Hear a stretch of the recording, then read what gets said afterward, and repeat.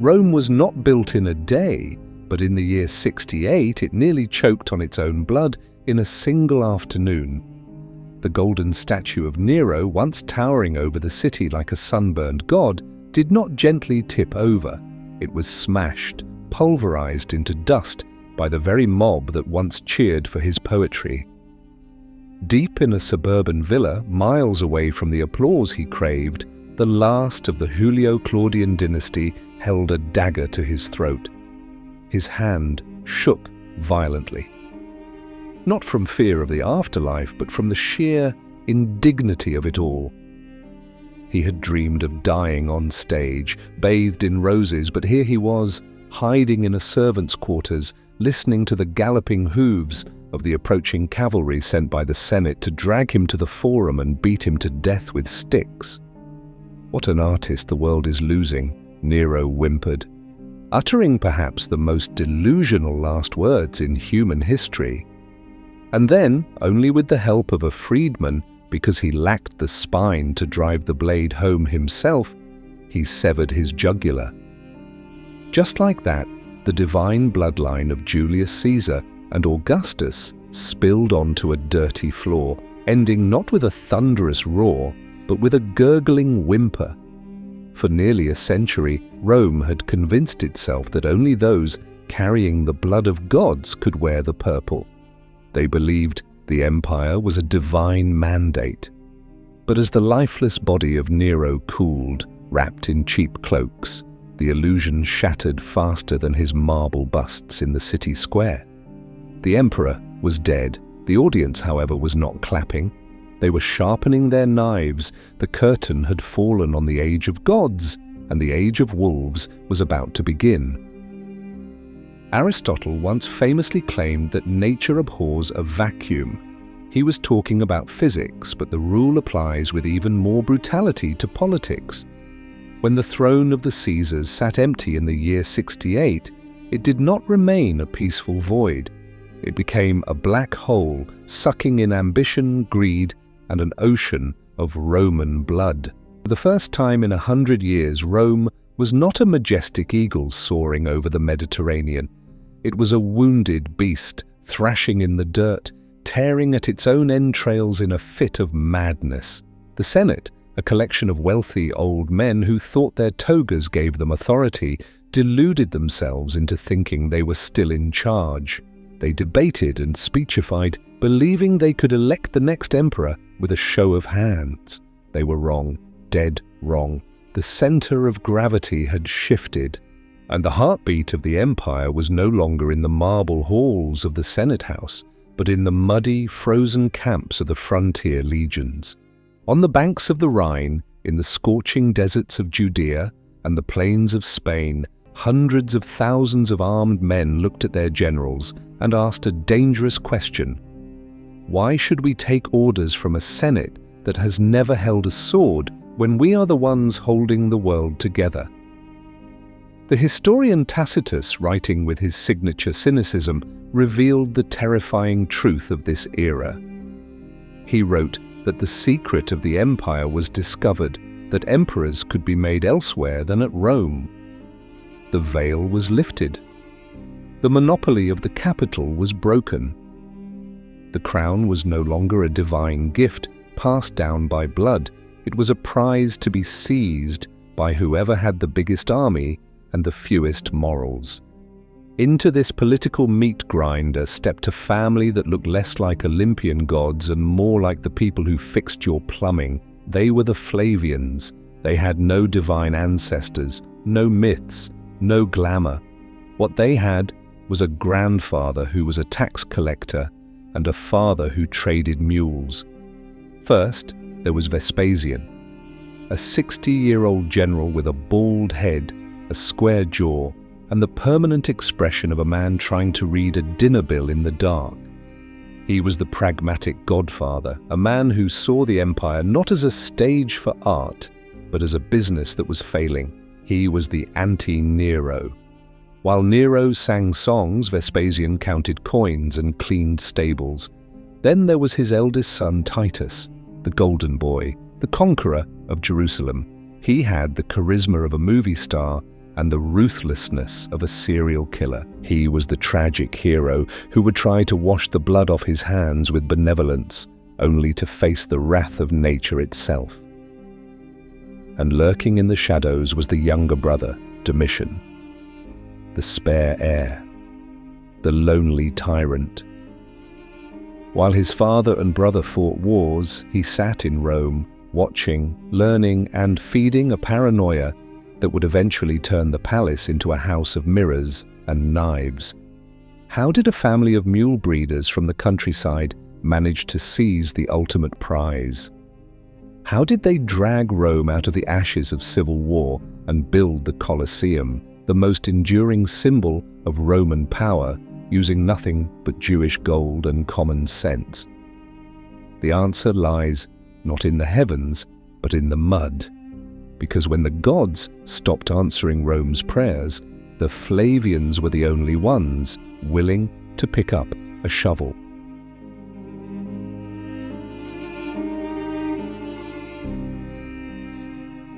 When the dust of Nero's suicide settled, Rome looked up, hoping for a savior. What they got instead was a 70-year-old man with arthritic hands, a face like a dried apple, and a wallet that was welded shut. His name was Servius Sulpicius Galba. If Nero was a never-ending rave party that burned the house down, Galba was the grumpy landlord who showed up the next morning to turn off the electricity and lecture everyone about the noise. He came from an ancient, aristocratic family, the kind of lineage that predated the empire itself. He was stern, disciplined, and utterly obsolete. Galba marched into Rome in October of the year 68, and the temperature of the city seemed to drop 10 degrees. He suffered from severe gout, his hands and feet so crippled that he could not even wear shoes or hold a scroll. But his physical frailty was nothing compared to the rigidity of his mind. He believed he was living in the days of the old republic, where virtue was its own reward and soldiers fought for honor. He was about to find out that in the 1st century, soldiers fought for cash. The Praetorian Guard, the elite unit tasked with protecting the emperor, had betrayed Nero because they were promised a massive bribe known as a donativum. It was a sum so large, 30,000 sesterces per man, that it could have bought a small farm. When Galba took the throne, the guards extended their hands expecting their payout. Galba looked at them with the disdain of a strict grandfather and uttered a sentence that would become his epitaph. "I choose my soldiers," he snarled. "I do not buy them." It was a magnificent moral statement. It was noble. It was principled, and politically it was suicide. In the cutthroat world of Roman politics, refusing to pay the men who hold swords to your neck is not a bold management strategy. It is a very complicated way of asking to be murdered. Galba did not stop there. He launched a campaign of austerity that bordered on the absurd. He executed men without trial. He ignored the populace, refusing to host the gladiator games they craved. To the people of Rome, he was not a wise elder. He was a stingy, cruel miser who was sucking the joy out of the city. The atmosphere in Rome curdled. The legions on the Rhine River, disgusted by Galba's weakness and lack of generosity, refused to renew their oaths of loyalty. They toppled his statues. The writing was on the wall, but Galba, blind with arrogance, thought he could solve the crisis by adopting an heir. He chose a young aristocrat named Piso, a man as dull and severe as himself.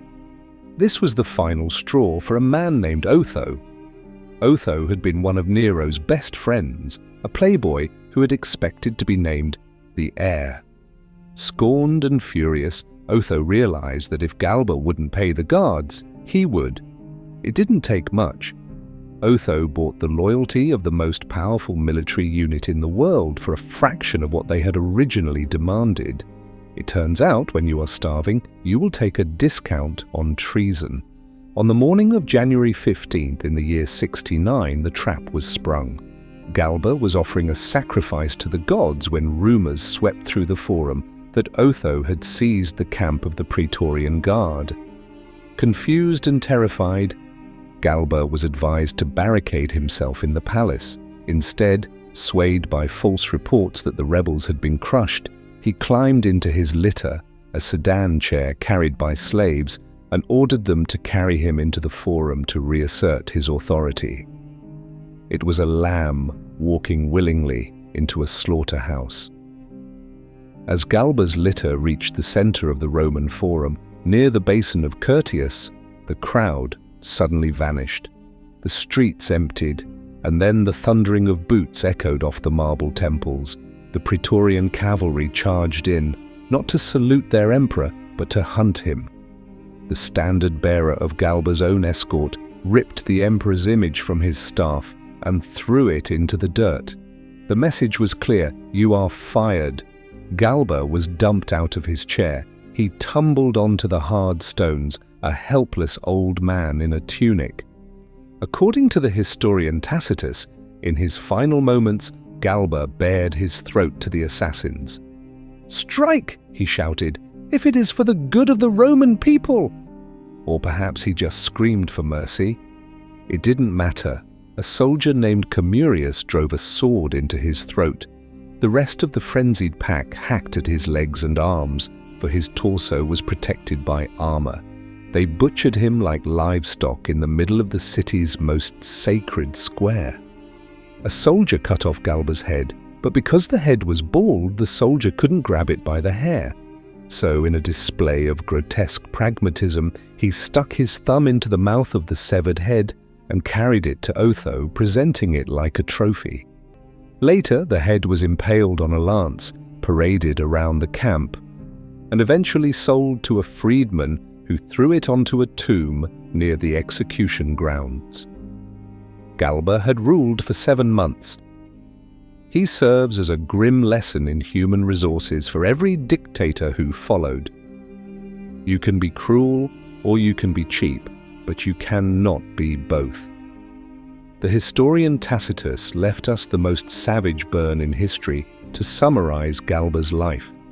Capax imperii nisi imperasset. He would have been seen as capable of ruling had he never ruled. If Galba was a walking corpse from the austere past, his successor, Marcus Salvius Otho, was a creature entirely of the present.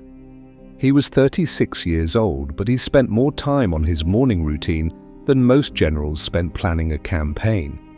Historical records describe him as a man obsessed with his appearance to a pathological degree. He plucked every hair from his body, wore a wig so perfectly crafted that no one could tell he was bald, and applied a face mask made of moist bread every day to prevent wrinkles. He was the metrosexual of antiquity, a man who had once been Nero's best friend and drinking partner until Nero decided to steal his wife, the beautiful Poppaea Sabina. Otho did not seize the throne through military genius or divine right. He bought it.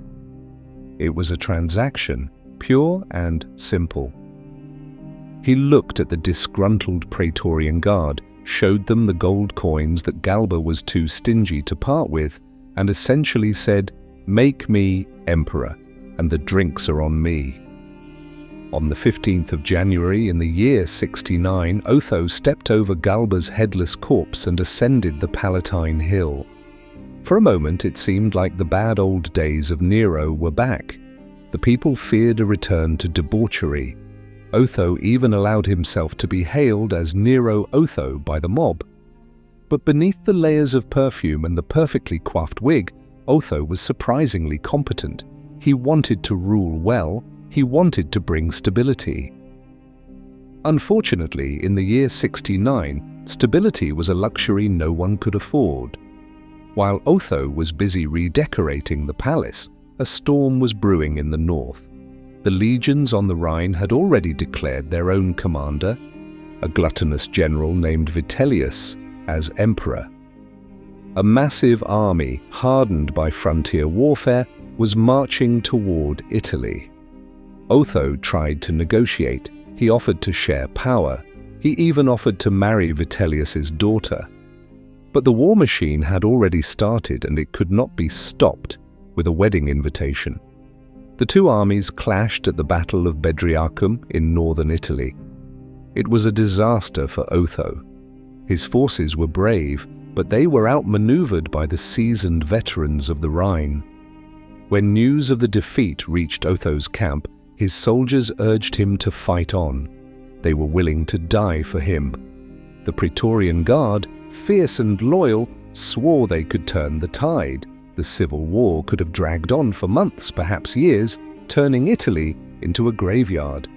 And this is where the dandy, the playboy, the man who wore bread on his face, did something that shocked the world. He decided to say no. On the evening of April 16th, Otho gathered his friends and family. He did not scream or rage. He spoke with a calm dignity that silenced the room. He told them that a prolonged civil war would destroy the Roman state. He said, "It is far more just to perish one for all than many for one." He spent the evening burning his personal letters to protect his friends from the wrath of Vitellius. He distributed money to his servants. He comforted his weeping nephew. Then he retired to his bedroom. He placed 2 daggers under his pillow and fell into a deep, sound sleep. The historians note with amazement that his snores were heard through the closed door. At dawn, Otho woke up. He took one of the daggers and with a single, steady thrust, drove it into his heart. He died as he had lived, with a sense of dramatic timing, but with a newfound courage that redeemed his entire frivolous life. He had ruled for only 3 months. His funeral was held immediately as he had requested, so that his enemies could not cut off his head and parade it around on a stick like they had done to Galba. The soldiers who carried his body kissed his hands and feet, weeping uncontrollably. Some of them, overcome with grief and admiration for their leader's sacrifice, killed themselves on his funeral pyre. The playboy had become a martyr. Otho proved that you can live like a joke, but if you die with honor, history might just forgive you. With Otho dead, the throne of the Caesars was once again vacant, waiting for the next contestant in this bloody game of musical chairs. And the man who sat down was so large, he might have needed 2 chairs. His name was Aulus Vitellius, and if history remembers Galba for his wallet and Otho for his mirror, it remembers Vitellius for his stomach. Vitellius was not a warrior, he was a digestive tract with legs. When the Rhine legions proclaimed him emperor, it wasn't because they respected his strategic genius, it was because he was weak, pliable, and let them do whatever they wanted. As his army marched toward Rome, leaving a trail of looted villages and empty wine cellars in their wake, Vitellius followed behind in a carriage, feasting 4 times a day. He entered the capital in July of the year 69, not like a conquering hero, but like a parade of excess. 60,000 soldiers marched with him, many of them wearing animal skins and looking at the sophisticated citizens of Rome like wolves looking at sheep. But the spectacle of the army paled in comparison to the spectacle of the emperor himself. Vitellius was morbidly obese, with a face flushed red from constant drinking and a belly that spilled over his belt. While the empire was bleeding money and the borders were crumbling, Vitellius declared war on the only enemy he cared about: hunger. He treated the imperial treasury like his personal grocery fund. In just a few short months, he reportedly spent 900 million sesterces on banquets. To put that in perspective, that is enough money to fund the entire Roman army for several years. He didn't just eat, he engaged in culinary architecture. His most infamous creation was a dish he humbly called the Shield of Minerva, the protector of the city. It was a massive silver platter, so large that a special kiln had to be built just to cook it. And the ingredients? It was a recipe designed by a madman with unlimited credit. It contained the livers of pikefish, the brains of pheasants and peacocks, the milt of lampreys, and, most notoriously, the tongues of thousands of flamingos.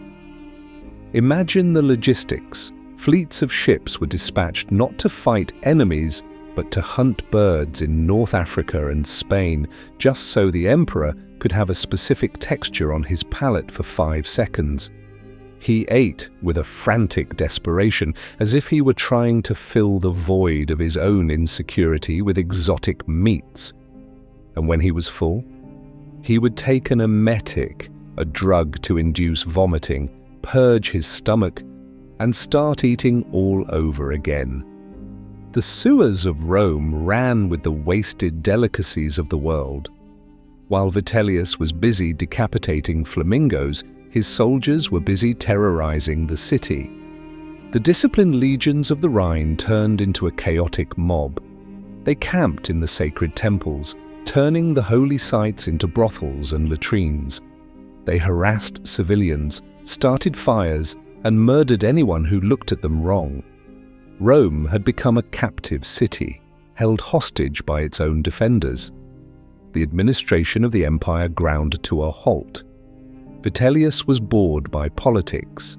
He handed over the reins of government to his 2 favorite generals and a freedman named Asiaticus, who sold positions and favors to the highest bidder. The emperor's schedule was simple: wake up, drink, eat, vomit, eat, watch a gladiator fight, eat, and pass out. He even performed sacrifices to the spirit of Nero, openly admiring the dead tyrant for his ability to throw a party. But while the wine flowed in the Palatine Palace, the world outside was sharpening its knives. Across the Mediterranean, the wind was changing. In the scorching heat of the east, there was no wine, no flamingo tongues, and no shade. There was only dust, discipline, and iron. The contrast could not have been more stark. In Rome, Vitellius sat amidst piles of food, his chin dripping with grease, laughing at the jokes of his buffoons. In Judea, Vespasian sat on a simple camp stool, wiping sweat from his brow, listening to the reports of his scouts. Vitellius chose to ignore the reports coming from the east. He didn't want to hear about rebellion. It ruined his appetite. He forbade anyone from mentioning Vespasian's name. He deluded himself into thinking that if he just kept eating, the problem would go away. He was like a man trying to stop a volcano by throwing pastries at it. But reality has a way of crashing the party. The legions of the Danube, sensing the weakness in Rome, declared support for Vespasian. They began to march. They weren't coming for dinner, they were coming for blood. By October of 69, the enemy was on Italian soil.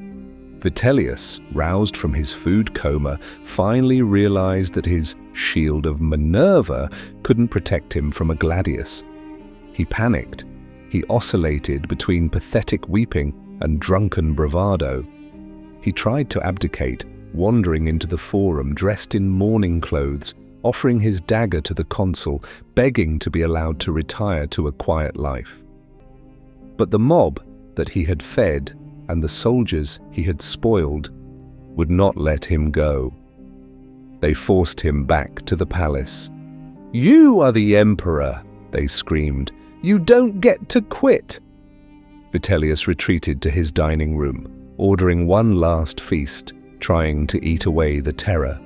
But the thunder of the approaching legions grew louder than the clatter of his silverware.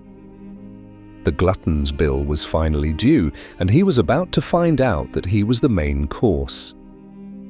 While Vitellius was drowning in wine and gravy in Rome, the deserts of the east were breeding a very different kind of storm. In the province of Judea, the summer sun beat down on the head of Titus Flavius Vespasianus. He was 60 years old. His skin was leathered by decades of service, and his eyes held the weary patience of a man who had seen every form of human stupidity and survived it. Vespasian was currently engaged in the brutal task of suppressing the Jewish revolt. But as news of the chaos in Rome reached his tent, he paused. He was not a man of impulsive ambition. He was cautious. He was calculating. He was the kind of man who checked the structural integrity of a ladder before he climbed it. Legend has it that his destiny was sealed not by a war council, but by a prisoner. A Jewish rebel leader named Josephus, who had been captured by Vespasian's forces, was brought before the general in chains. Instead of begging for his life, Josephus looked the Roman general in the eye and made a stunning prophecy. He declared that Vespasian should not send him to Nero because Vespasian himself would soon be Caesar. At the time, Vespasian likely laughed it off as the ramblings of a desperate man trying to avoid execution. But as the emperors in Rome began to drop like flies, the prophecy started to look less like mysticism and more like a sound career path. On the 1st of July in the year 69, the legions in Egypt took the initiative and swore allegiance to Vespasian. Within days, the armies of Judea and Syria followed suit. The giant of the east had awoken.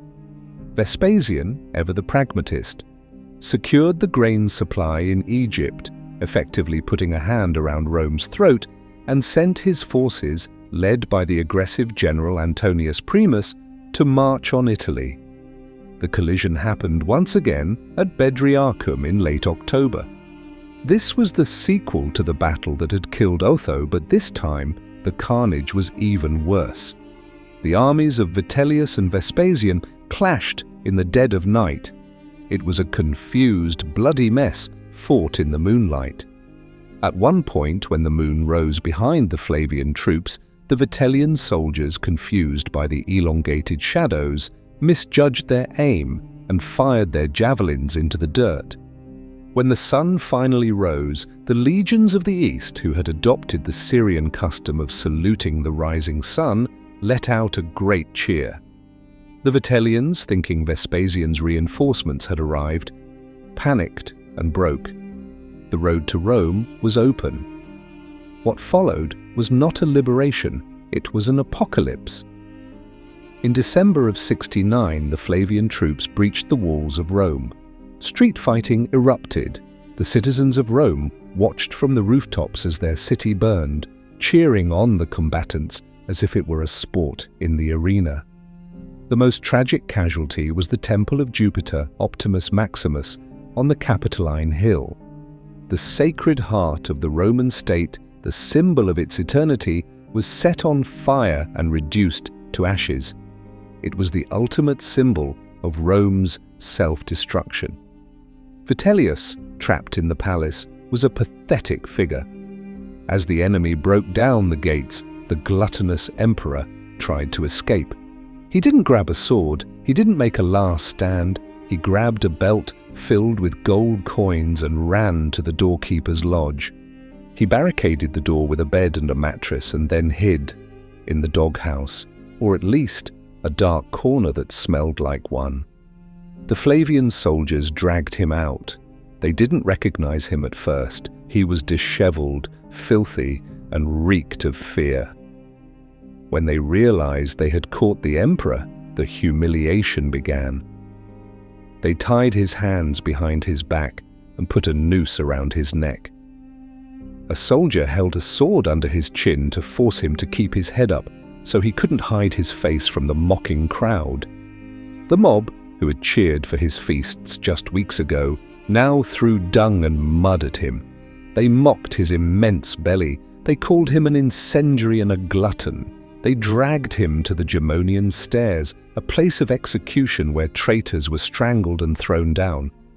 In his final moments, amidst the spit and the insults, Vitellius managed to find a single shred of dignity.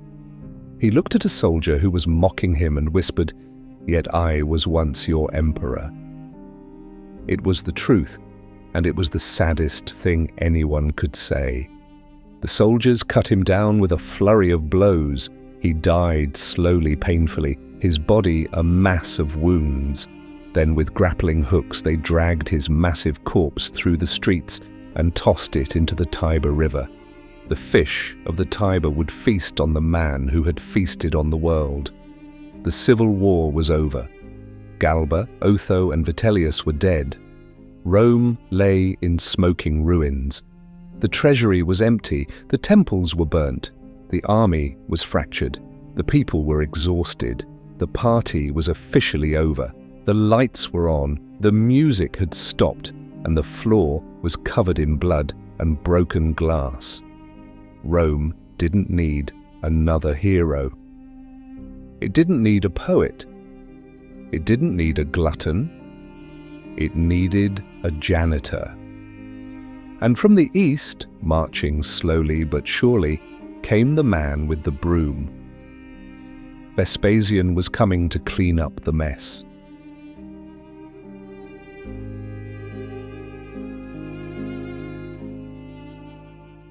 If you looked at a lineup of the first 12 Caesars, Vespasian would stick out like a sore thumb, or more accurately like a calloused, dirty thumb in a row of manicured, perfumed fingers.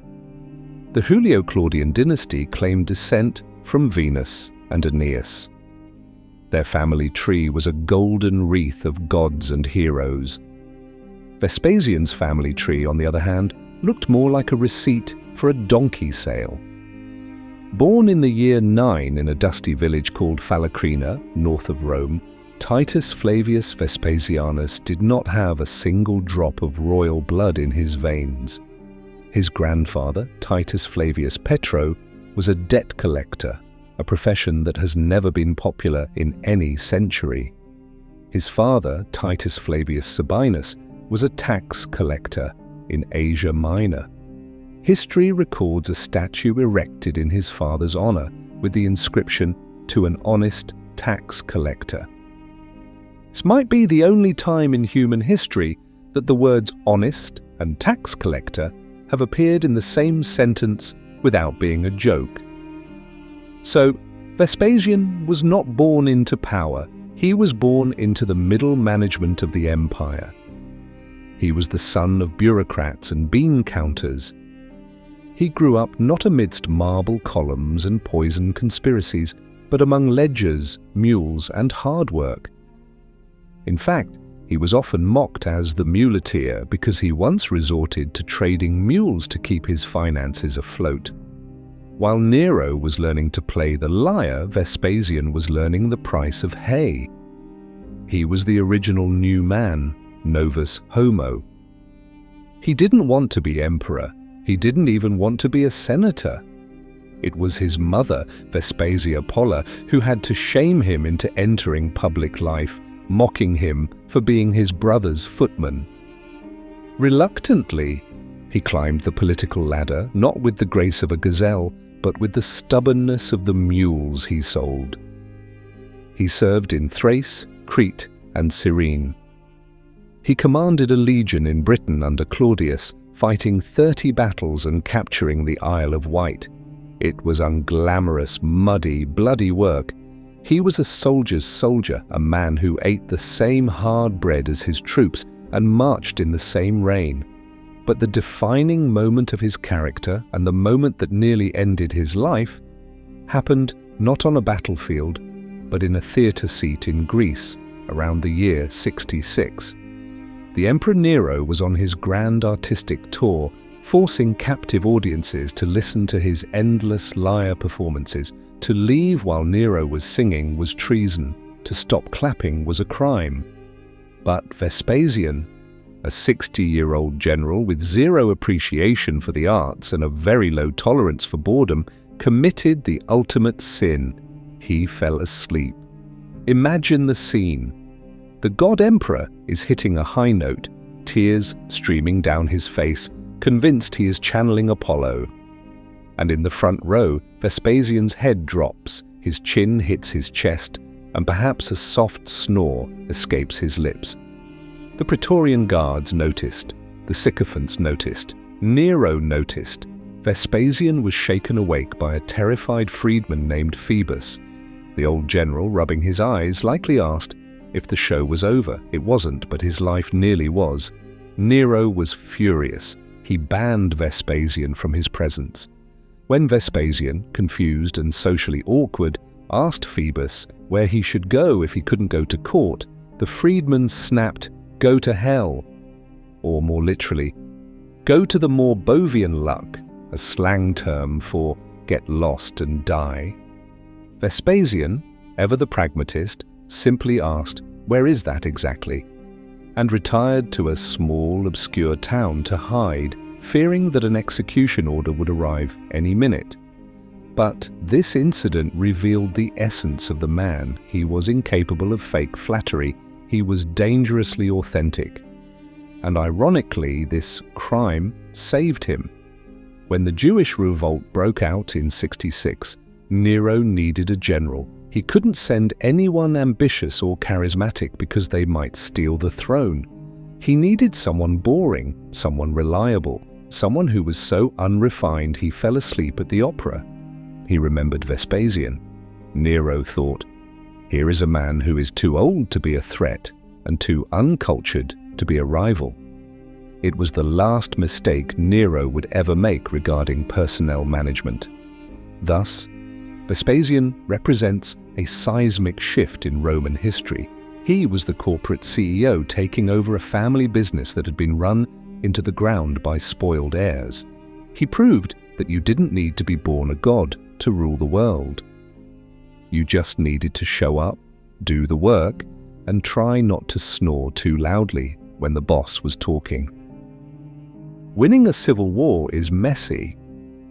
It involves a lot of stabbing, burning, and screaming, but governing after a civil war, that is boring. And Vespasian loved boring. He was the first emperor to realize that the sword could seize the throne, but only a piece of paper could hold it. He understood that Rome was a society obsessed with the rule of law, even when it was breaking every law imaginable.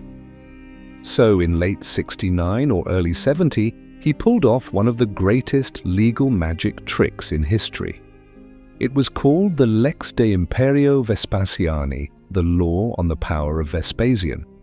Before this moment, the powers of the emperor were a vague collection of traditions, military commands, and divine assumptions inherited from the Julio-Claudian bloodline. Augustus had been careful to pretend he wasn't a monarch. Vespasian, however, didn't have time for charades. He had the Senate pass a law that explicitly defined what an emperor could do.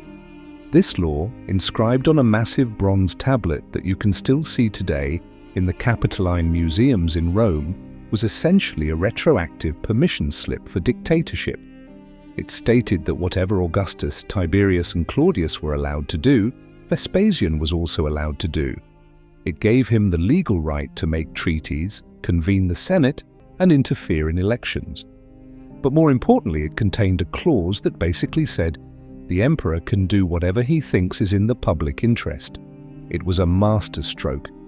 By passing this law, Vespasian turned the position of emperor from a magical birthright into a job description.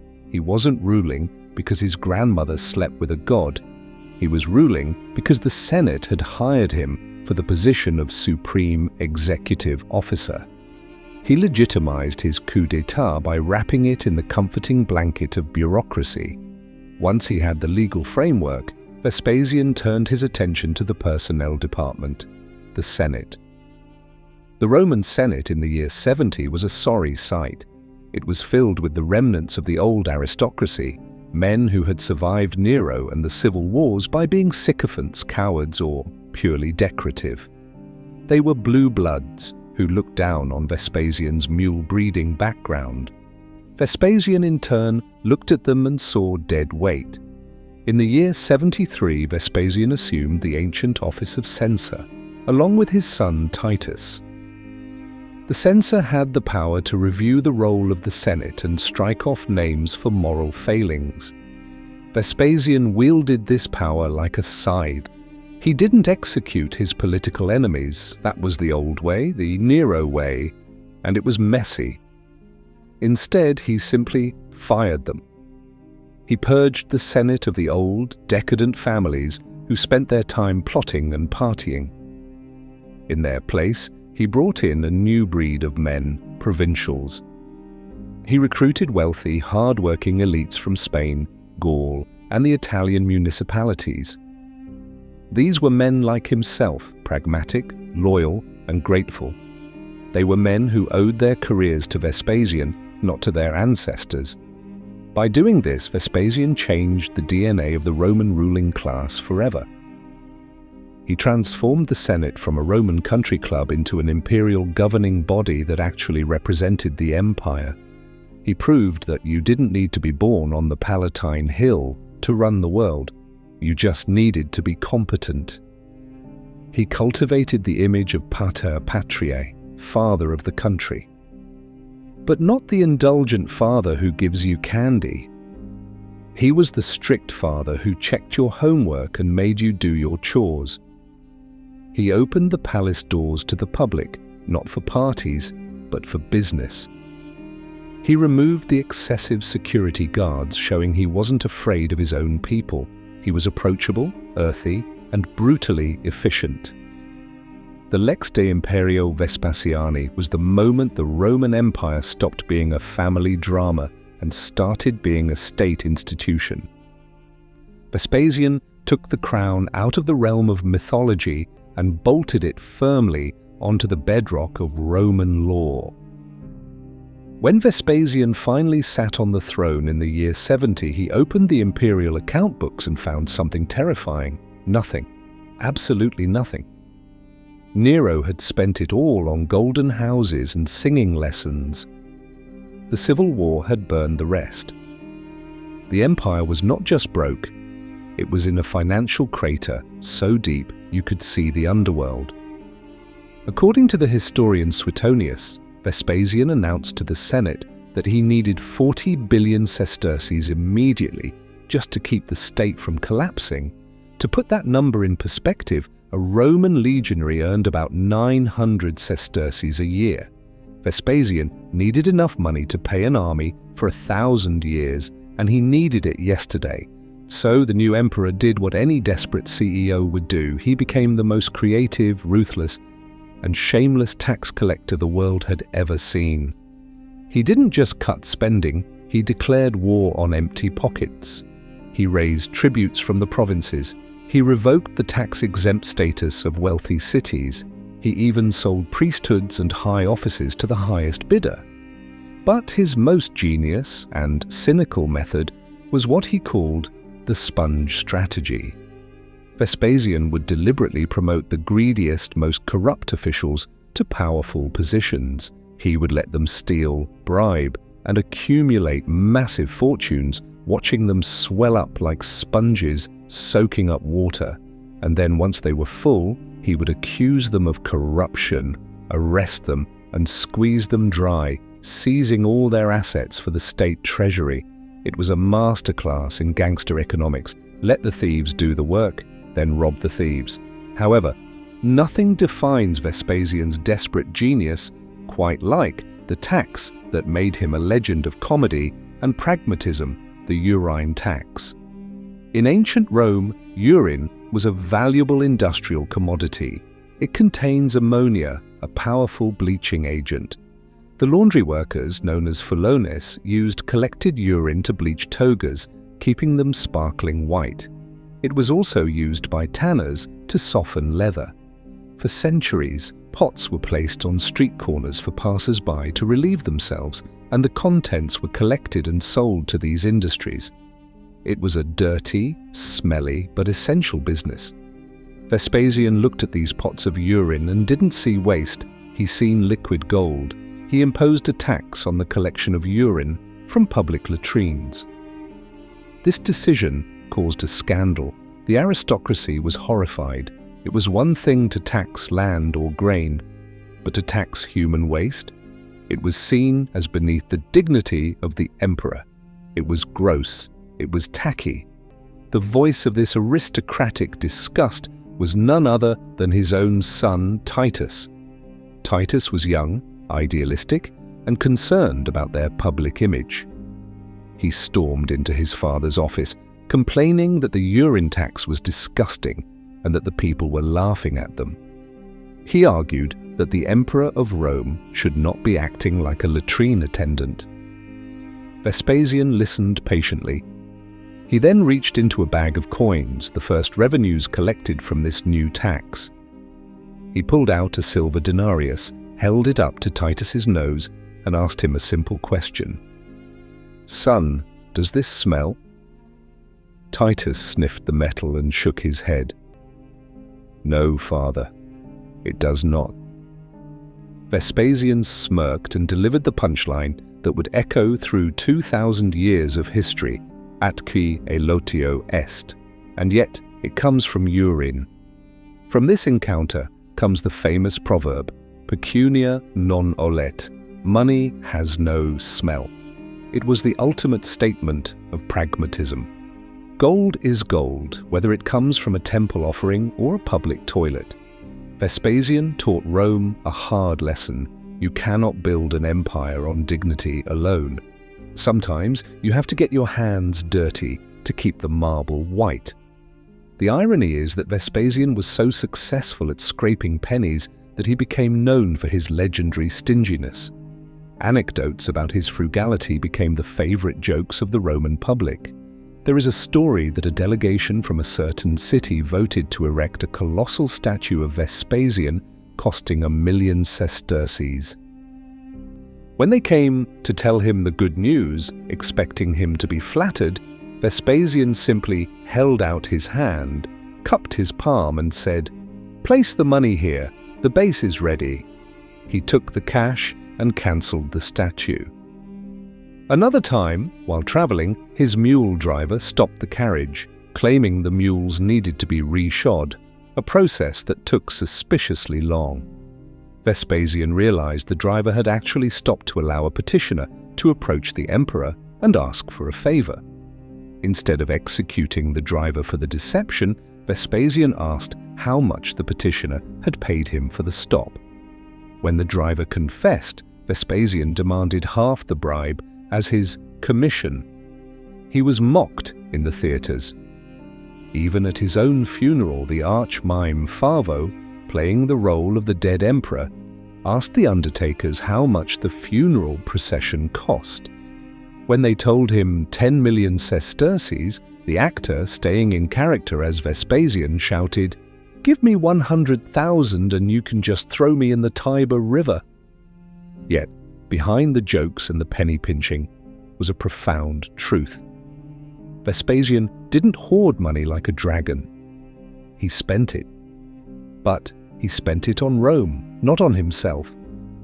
He funded the arts, ironically, for a man who slept through operas. He paid salaries to teachers of rhetoric the first time the state subsidized education, and he rebuilt the city.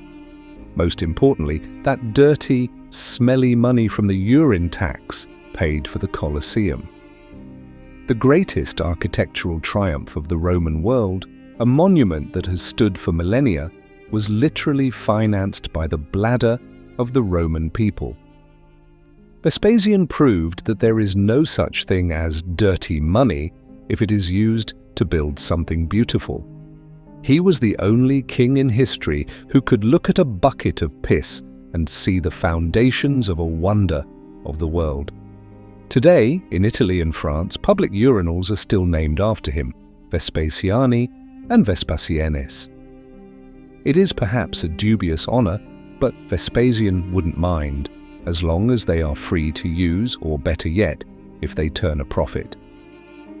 If Vespasian's tax policies were the software of his new regime, then the Colosseum was its hardware, massive, indestructible, and built with a very specific purpose: to rewrite the map of Rome and erase the memory of Nero using 50,000 tons of travertine stone. To understand the genius of the Colosseum, you first have to understand the insanity of what stood there before.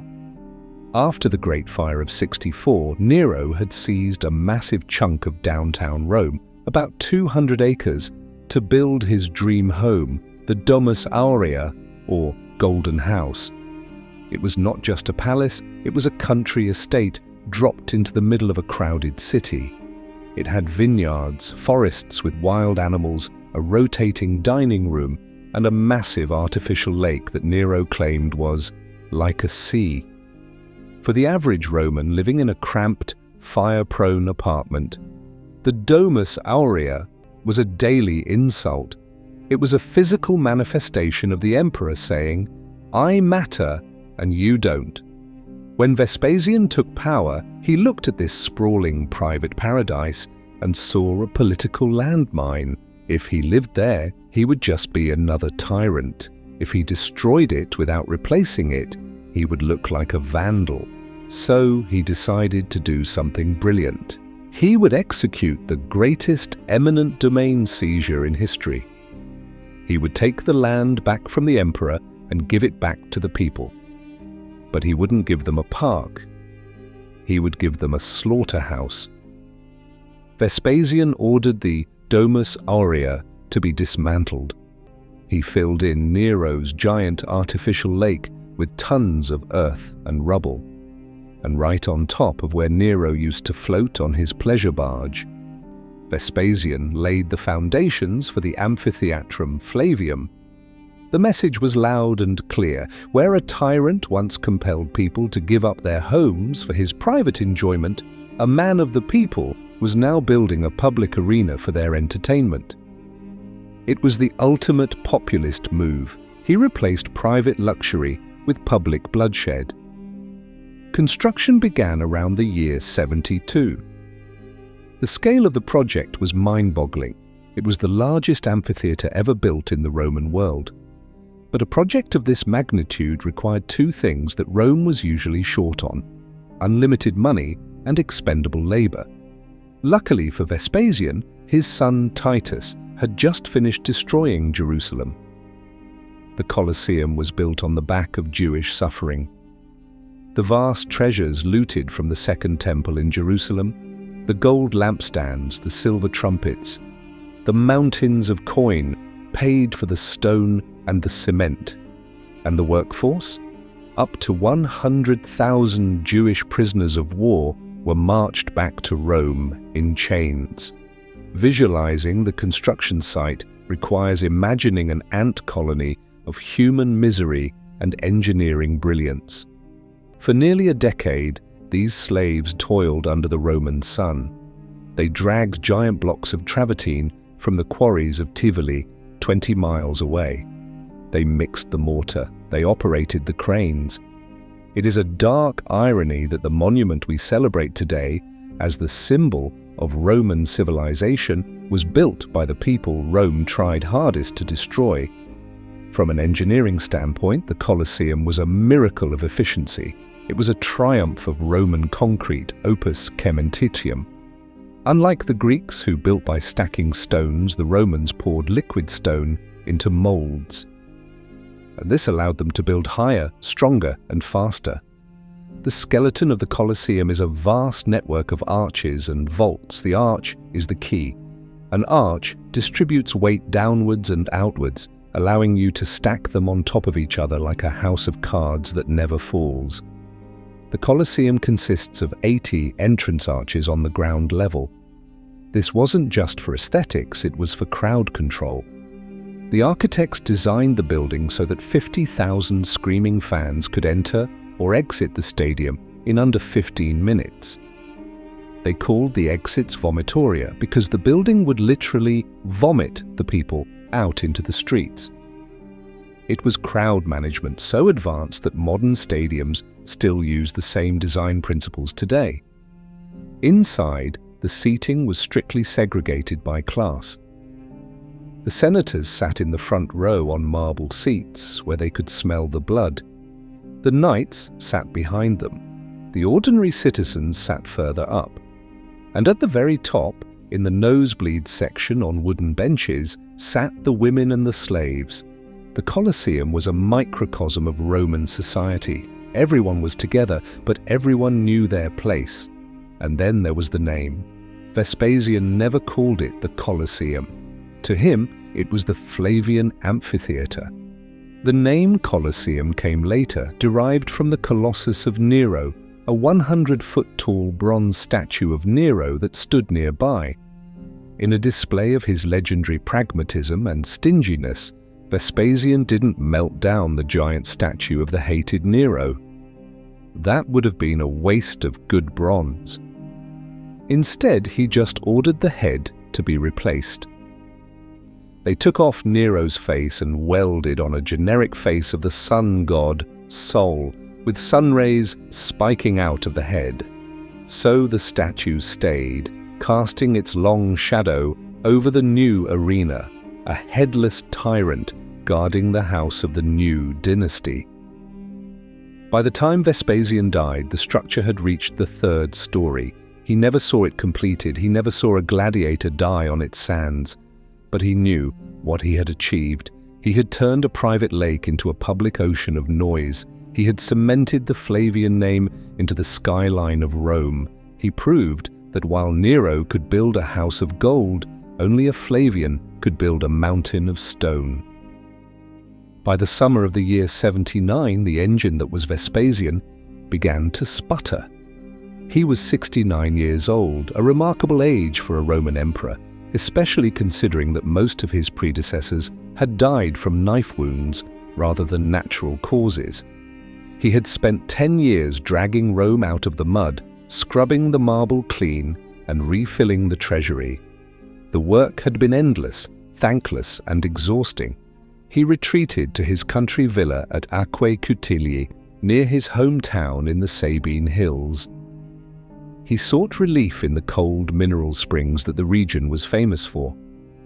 But the cold water, which was supposed to cure his stomach ailments, only seemed to freeze his aging guts.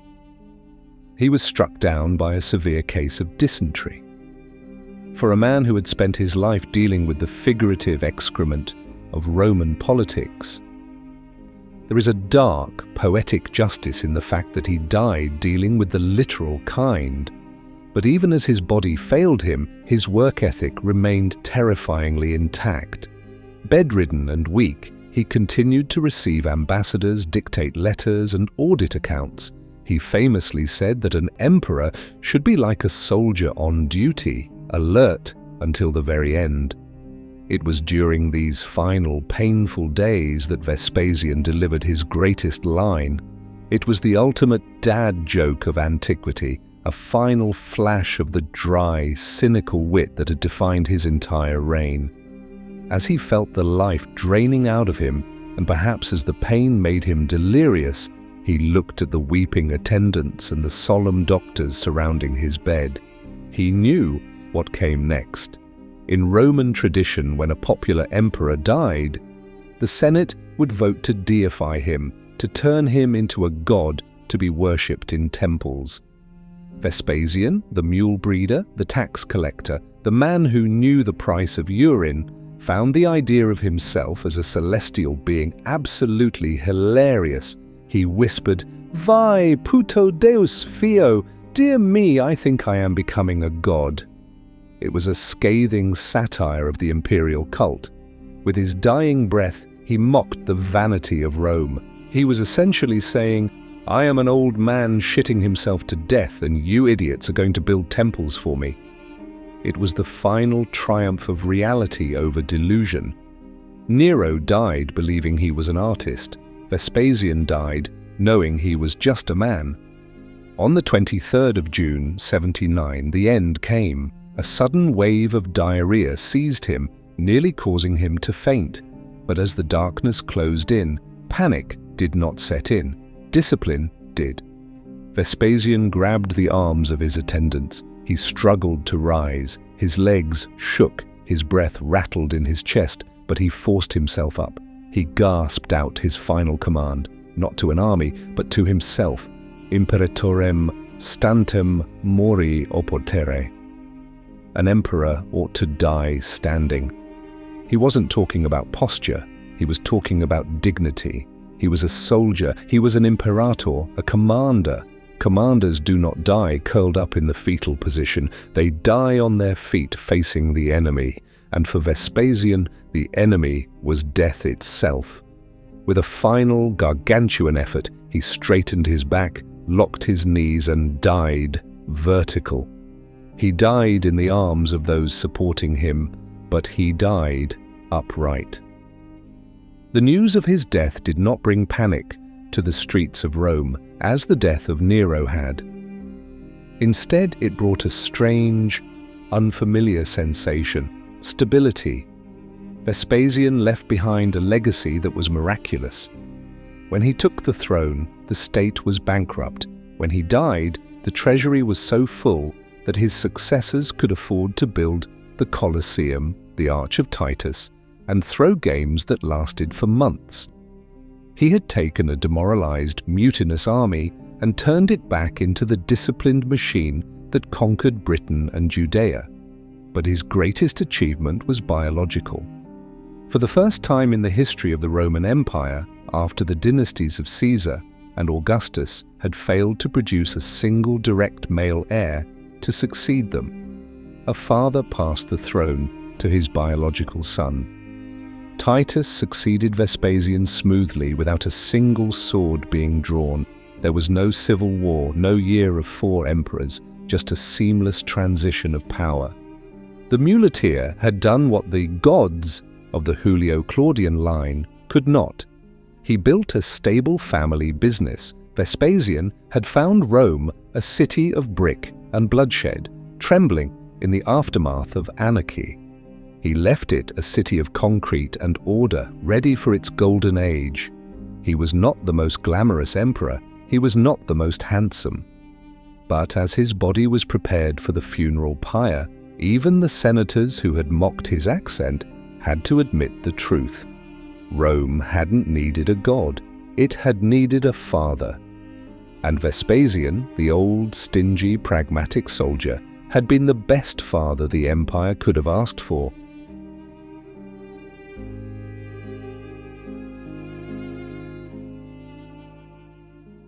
Titus had sat on the throne for exactly 2 months. The laurel wreath was barely settled on his brow. The Senate was still tentatively clapping. And then the gods decided to test the new emperor with the end of the world. It was late summer, likely August or October, of the year 79. The Bay of Naples was the playground of the Roman elite, a glittering coastline of marble villas, vineyards, and debauchery. Dominating the skyline was Mount Vesuvius. To the locals, it was just a mountain, a harmless green giant where wild boars roamed and the best grapes in Italy grew. They had no word for volcano in their language. They had forgotten that the earth could vomit fire. On the morning of the 24th, the lid of hell was blown off. It didn't start with lava flowing slowly like honey, as often depicted in bad movies. It started with a deafening boom that shattered eardrums miles away. The mountain literally decapitated itself. A column of ash, pumice, and gas shot 20 miles into the stratosphere. Across the bay in Misenum, a 17-year-old boy named Pliny the Younger watched in horror. He later described the cloud as resembling a massive umbrella pine tree, a trunk of smoke rising high into the air and spreading out branches of darkness. But for the people of Pompeii and Herculaneum, it wasn't a botanical curiosity. It was a ceiling of death sealing them in. At noon, the sun vanished. A darkness deeper than any night descended, broken only by the flashes of lightning generated by the friction of the ash clouds. It was a prehistoric terror. In Pompeii, small stones, pumice, began to rain down. At first, it was annoying, then it was painful. Then, it was lethal. The stones fell at a rate of 6 inches per hour. Roofs began to groan under the weight, doors were blocked. People were trapped in their own homes, buried alive by a sky that had turned into stone. Those who ran into the streets tied pillows to their heads to protect themselves from the falling rocks. They navigated by torchlight in the middle of the day, wading through a grey, choking blizzard. The air smelled of sulphur, the scent of the underworld. But if Pompeii was being buried, Herculaneum was being erased. Around midnight, the column of ash collapsed.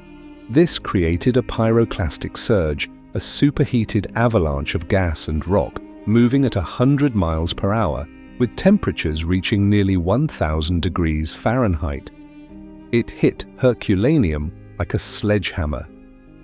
The people hiding in the boathouses on the beach didn't suffocate, they were instantly vaporized. Their brains boiled inside their skulls, exploding them. Their flesh turned to charcoal in a split second. It was a mercy, in a way. They died before their nerves could register the pain. Meanwhile, the most famous casualty of the disaster was sailing toward the danger. Pliny the Elder, the admiral of the fleet and the most renowned scholar of his age, was at Misenum when the eruption began. His scientific curiosity was greater than his instinct for self-preservation. He famously declared, "Fortune favors the brave," and ordered his galleys to sail across the bay to rescue a friend and to get a closer look at the phenomenon. It was a suicide mission, driven by intellectual arrogance. As his ship approached the burning coast, the ash fell so thick it choked the deck. The water was too shallow, blocked by new islands of debris formed by the volcano.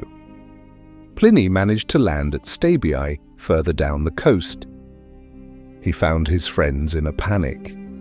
In a display of stoic Roman calmness, or perhaps sheer madness, Pliny took a bath, ate dinner, and went to sleep while the mountain roared outside. The next morning, the air was unbreathable. Pliny, who was overweight and asthmatic, tried to flee to the beach. He collapsed on the sand, gasping for air as the toxic fumes filled his lungs. His slaves abandoned him to save themselves.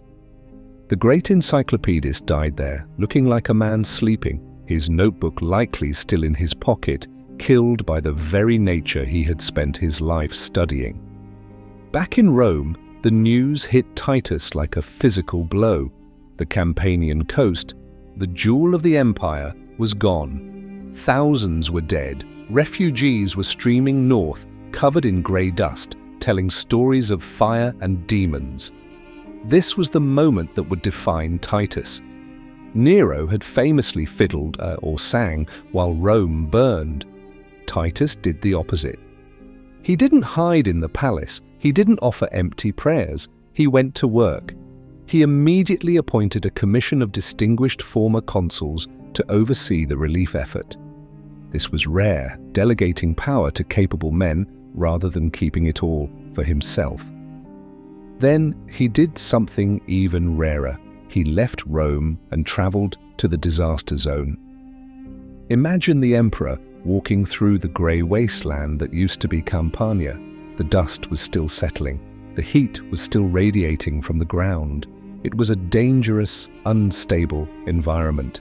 By being there, Titus sent a powerful message. I am not a god sitting on a cloud. I am a man standing in the ash with you. He opened his own wallet.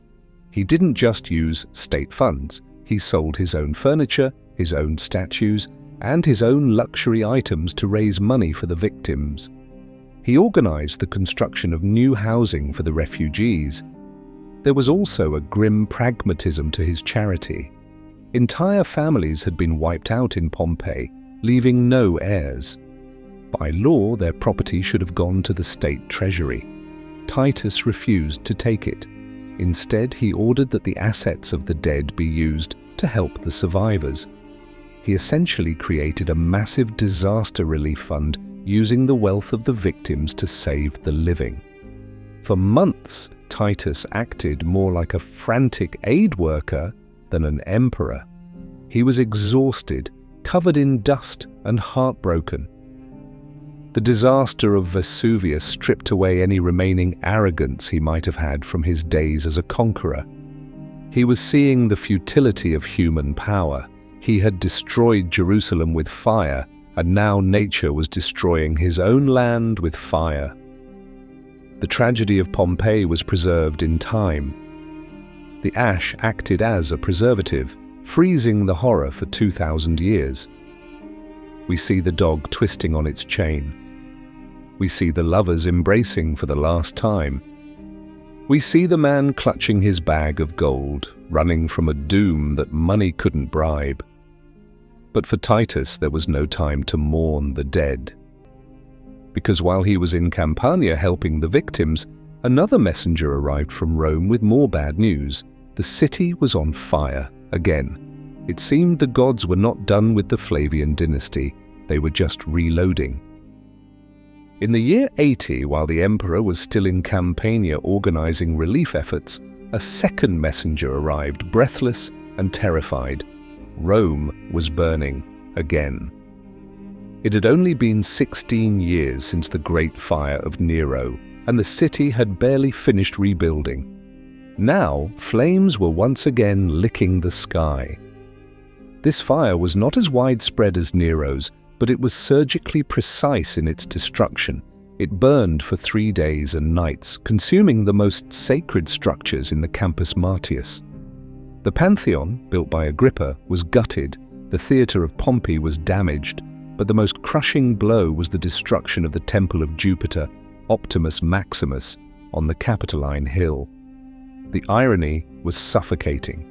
Vespasian had spent his entire reign rebuilding that specific temple as a symbol of the new era.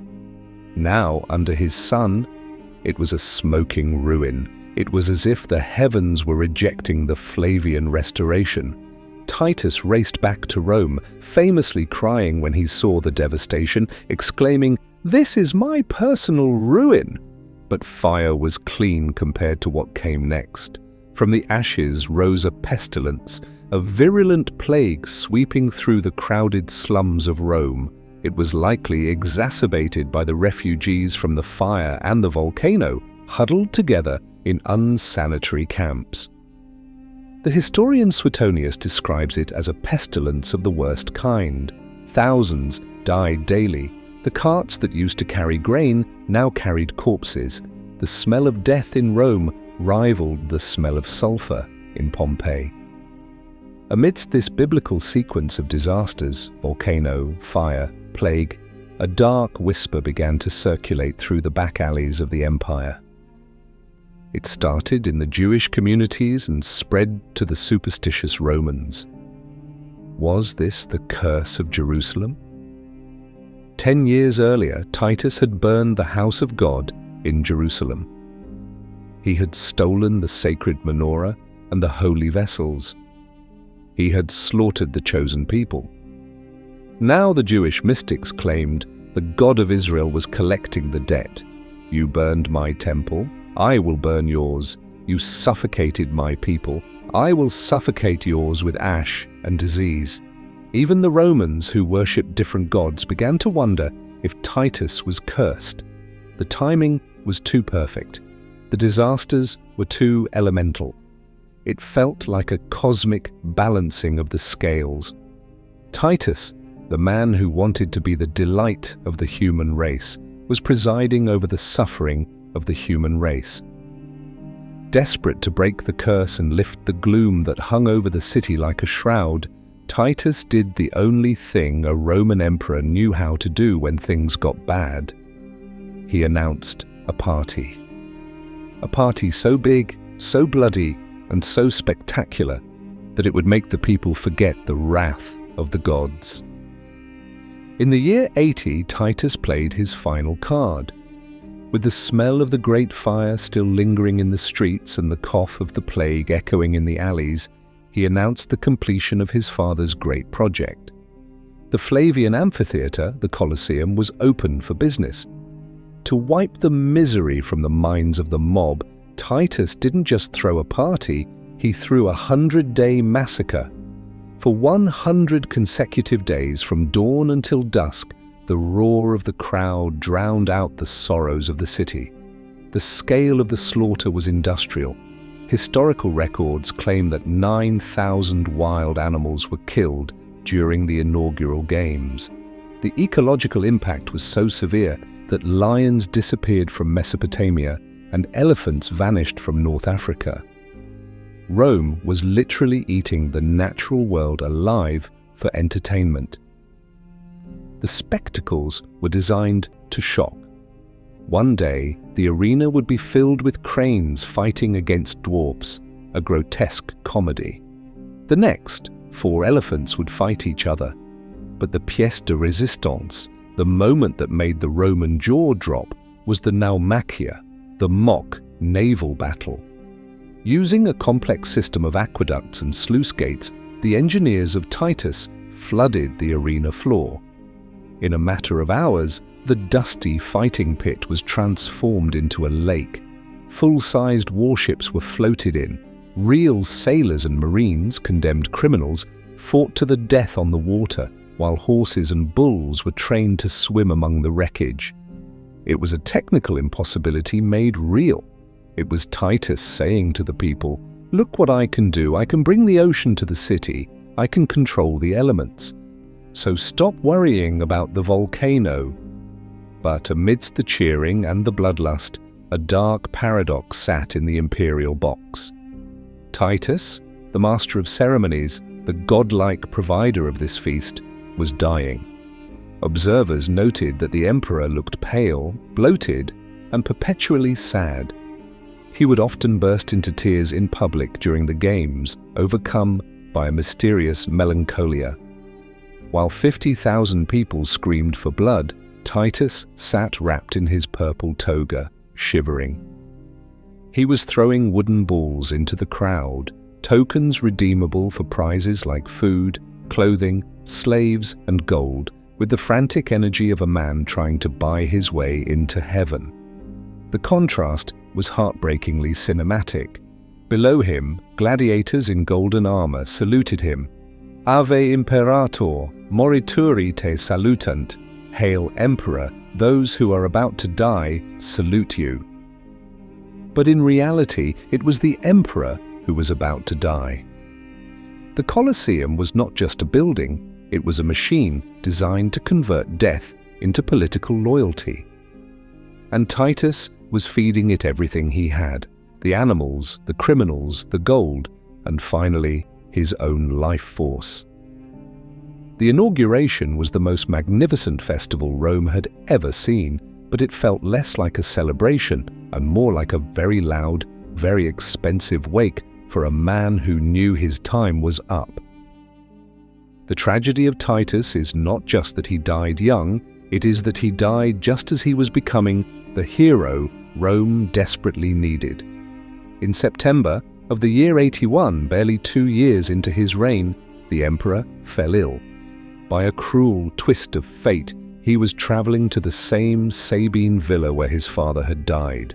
He was laid in the same bed, under the same roof, to face the same darkness.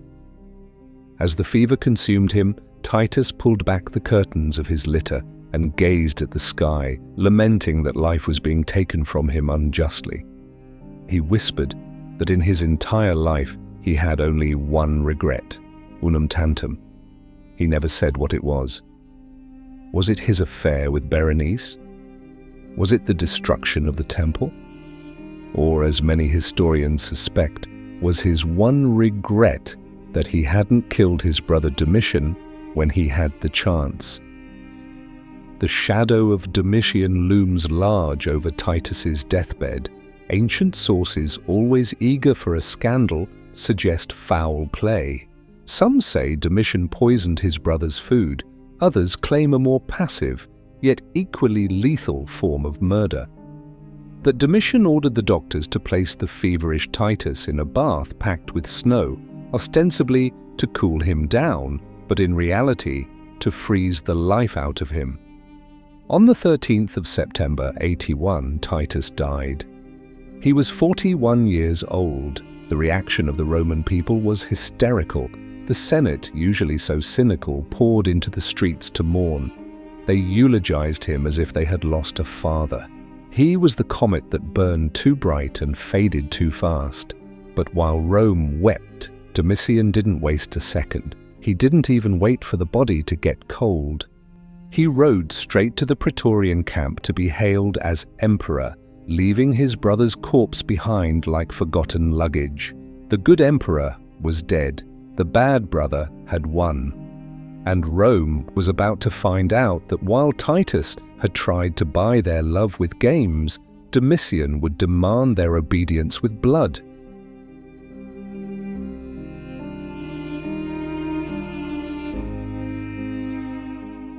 To understand the monster that Domitian became, you have to look at the lonely boy he was. History is written by the victors, and since the Senate hated Domitian, they painted him as a born psychopath. But if we look closer, we see something more tragic, the classic case of the spare heir syndrome. While Vespasian and Titus were out in the world, commanding legions, conquering Britain, and burning Jerusalem, young Domitian was left behind in Rome. He was essentially the luggage the family forgot at the airport. He grew up in a modest house on Pomegranate Street, without a mother, who had died young, and without a father figure. During the year of the 4 emperors, while his father was becoming a hero in the East, Domitian was hiding in the closets of Rome, dodging the assassins of Vitellius. There is a famous story that during the burning of the Capitol, the 18-year-old Domitian only escaped death by disguising himself as a priest of the goddess Isis, shaving his head and slipping out with the refugees. Imagine the psychological scar. While his brother was riding a white horse as a conqueror, Domitian was hiding in a linen skirt, shaking with fear. When Vespasian finally arrived in Rome, Domitian expected a hero's welcome. He rushed to greet his father, hoping for praise, hoping to finally be included in the family business. Instead, Vespasian looked at him with the cold eyes of a pragmatic general and essentially told him, "Go to your room." Vespasian did not trust Domitian. He gave him titles but no power. He treated him like a child. Titus, the golden boy, always stood between them, blocking the light. Domitian was forced to walk behind his father and brother in every triumph, literally living in their shadow. He developed a festering inferiority complex that would rot his soul. He was the smart, awkward, introverted kid who sat in the corner at parties watching everyone else have fun, making a mental list of all the people he would punish when he was in charge. And he had peculiar hobbies. The historian Suetonius tells us that in the early years of his reign, Domitian would spend hours alone in his room, doing nothing but catching flies and stabbing them with a sharp stylus. When a visitor asked the guard if anyone was in there with the Caesar, the guard wittily replied, "Ne musca quidem." Not even a fly. This image of the Emperor of Rome sitting alone in the dark, meticulously impaling insects, is both hilarious and terrifying. It shows a man who craved control over even the smallest, most insignificant things. It shows a man who preferred the company of dead flies to living senators. When Titus died in 81, the mask finally fell off. Domitian did not possess the rough charm of his father. He did not have the easy smile of his brother. He was balding, pot-bellied, and had a face that was perpetually red, as if he were blushing or suppressing a scream. He hated crowds, he hated noise, he hated the messy, chaotic reality of human interaction. He decided that if he could not be loved like Titus, he would be worshipped like a god. He rejected the humble title of first citizen, princeps, that Augustus had created to pretend the republic still existed. Domitian had no time for pretending. He insisted on being addressed as Dominus et Deus, Lord and God. And this was a shocking breach of Roman protocol. It was the title of a slave master, not a political leader.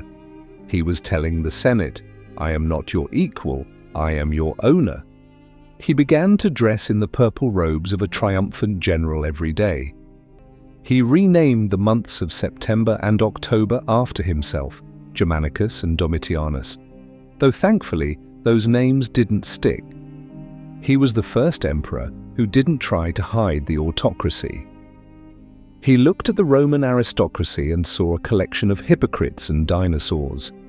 He decided to rule alone, from behind the high walls of his palace, surrounded by mirrors and spies. The abandoned son had finally taken the keys to the house, and he was locking everyone else out. The era of the good Flavians was over. The era of the schoolmaster of Rome had begun. And he had a very heavy ruler ready to rap the knuckles of anyone who stepped out of line. If Domitian were alive today, he would not be a politician. He would be the terrifying auditor of a massive corporation who stays late to check if you stole a stapler. History has called him a tyrant, and he was. But he was a very specific kind of tyrant. He wasn't a chaotic madman like Caligula who declared war on the ocean. He was a bureaucratic, obsessive-compulsive who declared war on inefficiency. Domitian was the ultimate micromanager. He trusted no one. He believed that if you wanted a job done right, you had to do it yourself, even if that job was running an empire spanning 3 continents. When he looked at the Roman economy, he didn't see a majestic system. He saw a leaky bucket. Governors were stealing taxes, judges were taking bribes, the currency was losing value. So Domitian rolled up his purple sleeves and went to work. His first target was the currency itself. For decades, emperors like Nero had been slowly debasing the silver denarius, mixing in cheap copper to save money. It was the ancient equivalent of printing money to cause inflation. Domitian, appalled by this lack of standards, did the unthinkable. He actually increased the silver content of the coin. Around the year 85, he raised the purity of the denarius from roughly 90% to nearly 98% silver. It was a massive flex of economic muscle. He was telling the world, "My Rome is real, my money is real." Under his reign, the Roman currency reached a standard of value it would never see again. It was the gold standard or silver standard of the ancient world. But a strong currency is useless if your employees are robbing you. Domitian turned his gaze to the provinces. For centuries, being a Roman governor was the easiest way to get rich. You went to a province, you taxed the locals into poverty, you kept a chunk for yourself, and you bribed the jury when you got home. It was the accepted cycle of corruption. Domitian broke the wheel. He personally reviewed the tax records. He encouraged the provincials to sue their governors for malpractice. The historian Suetonius, who generally hated Domitian, had to grudgingly admit that under his terror-filled gaze, the administration of the empire had never been cleaner or more honest. The governors were so terrified of the man in Rome that they actually stopped stealing. However, Domitian's most significant economic move, and the one that bought him 15 years of survival, was regarding the army. Since the time of Augustus, nearly a century earlier, the pay of a Roman legionary had been frozen at 225 denarii a year. Inflation had eaten away at their earnings. The soldiers were grumbling. Domitian looked at the spreadsheets and realized a fundamental truth. You cannot be a dictator if your bodyguards are underpaid. He raised the annual pay by 33% from 225 to 300 denarii. It was the first raise the army had seen in 100 years. The Senate was horrified. They cried that it would bankrupt the state. But Domitian didn't care about the opinions of old men in togas. He cared about the men with the swords. And he was right. The economy didn't collapse. Because he was so efficient at squeezing taxes and stopping corruption, he could afford to pay the troops what they deserved. The soldiers adored him. To them, he wasn't a tyrant. He was the only boss who ever gave them a fair wage. But Domitian didn't just micromanage money, he micromanaged morality. He revived the ancient office of censor for life, making him the supreme judge of Roman behavior. He looked at the loose morals of the aristocracy, the affairs, the divorces, the decadence, and decided to clean house. He enforced the Lex Scantinia and the Lex Julia on adultery with a fanatical zeal. He even kicked senators out of the Senate for acting in mimes or dancing in public. In his eyes, a Roman leader had to be serious. If you wanted to dance, do it in the circus, not in the Senate house. The darkest example of his moral crusade occurred in the year 91. Domitian decided to enforce the ancient laws regarding the Vestal virgins, the priestesses sworn to celibacy who guarded the sacred fire of Rome. He accused the chief Vestal, Cornelia, of breaking her vows. The punishment for a Vestal who lost her virginity was horrific. She was not to be executed, but buried alive. Most emperors would have just ignored the rumor or exiled her. Domitian, the stickler for rules, followed the ancient manual to the letter. He ordered Cornelia to be taken to the evil field, Campus Sceleratus. She was given a loaf of bread, a little water, milk and oil, and then lowered into a small underground chamber. The entrance was sealed with earth. The Emperor of Rome, the man who had balanced the budget and purified the coins, stood by and watched as a woman was entombed in darkness, all because the rules said so. This creates the complex paradox of Domitian. From the perspective of a senator, he was a nightmare. He stripped them of power, checked their math, and judged their sex lives. He was a tyrant who treated the Senate like a room full of naughty schoolboys. But from the perspective of the empire, the shopkeeper in Gaul, the farmer in Africa, the soldier on the Danube, he was a genius. The roads were safe. The coins in their pockets were worth something. The governors didn't dare to rob them. The borders were secure. Domitian proved a dangerous historical truth. A bad man can be a good administrator. He was a political monster, but an economic savior. He ran Rome like a machine, efficiently, ruthlessly, and without a single ounce of human warmth. He made the trains run on time, as the saying goes, but God help you if you didn't have a ticket. While Domitian was busy counting coins and burying nuns in Rome, the empire had a slight problem. It was surrounded by barbarians who wanted to burn it down.